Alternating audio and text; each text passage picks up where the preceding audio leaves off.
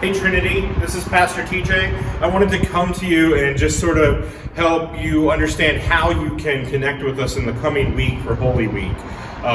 Things will be different this year, knowing that we can't gather in place. And one of the things that I've been really thinking about is how so much of our Holy Week experience is both personal and connected.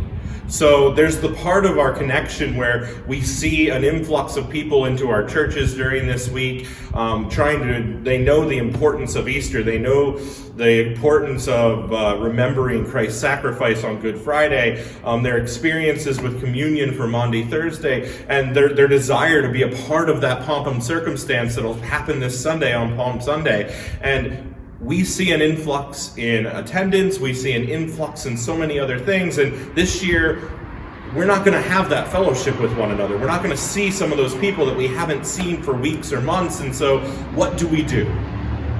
Well, there is still that part of Holy Week that remains insanely personal. The part where we recognize what our feelings might be if Jesus came into Clearfield today and came down 2nd Street in a parade procession, and how we might feel vindicated for all those people who don't normally go to church. And we might say, look, I was right. I've been going to church. I've been proclaimed, and now Jesus has come to do this. And that's not why Jesus came into that holy city. That's not why Jesus is here in Clearfield. Not to vindicate us, but to call more people to us. And then there's that part of our experience of communion and how we really truly remember communion on Maundy Thursday, on Holy Thursday.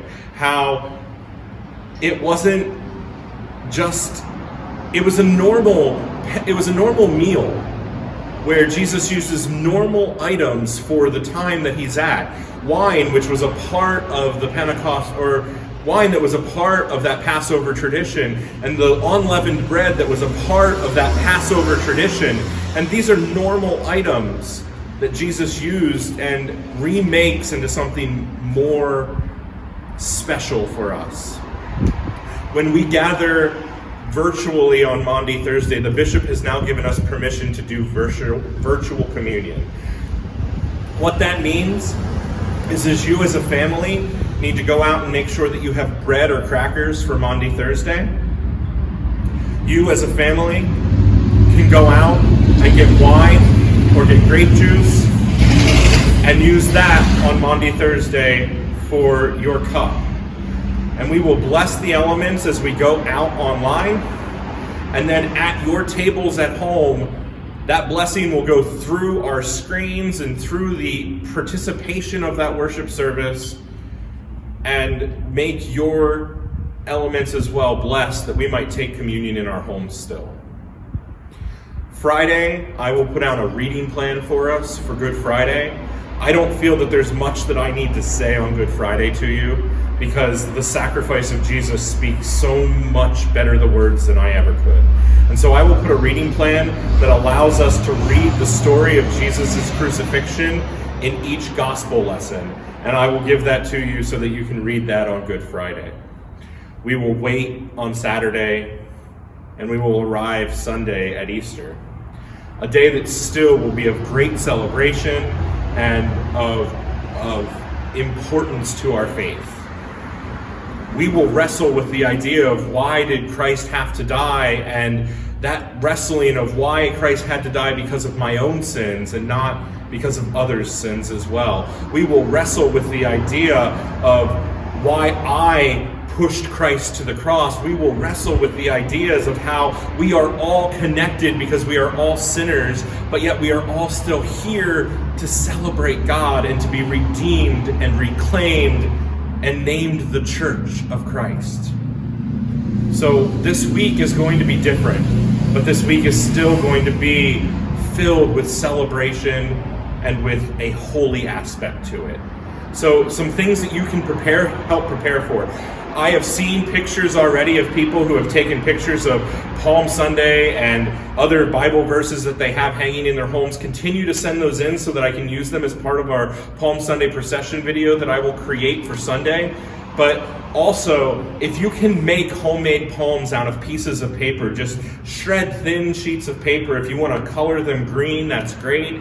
But if you could take those shreds and put those over your doorways, we're going to be taking our palms and putting them over our doorways in a Passover type fashion, as the Israelites in Egypt placed the lamb's blood over their doorways so that the angel of death would look them over. I would ask that we place our palm branches over our doorways so that the coronavirus might look the other way.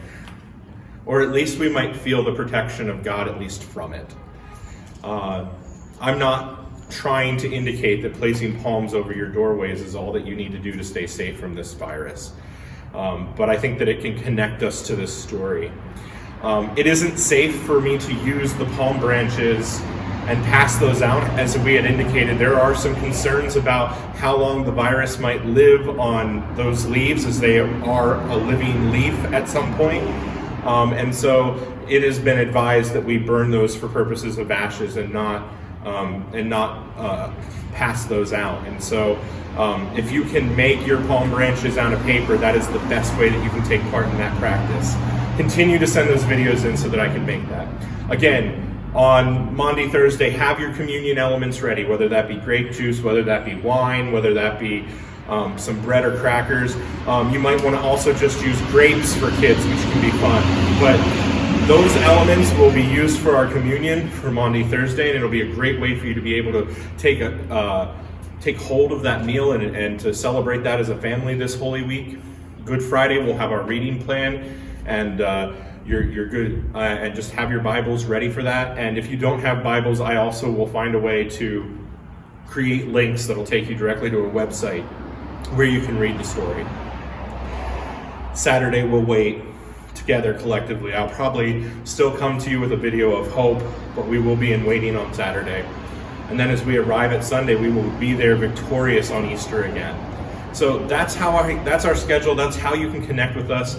We are working on the radio plan for Sunday. I just don't have a time for what time they're showing that, but we will be on the radio station WOKW with some other pastors that are in the area, and we're really starting to look forward to that. So I am so excited for this coming Holy Week. I know it's different.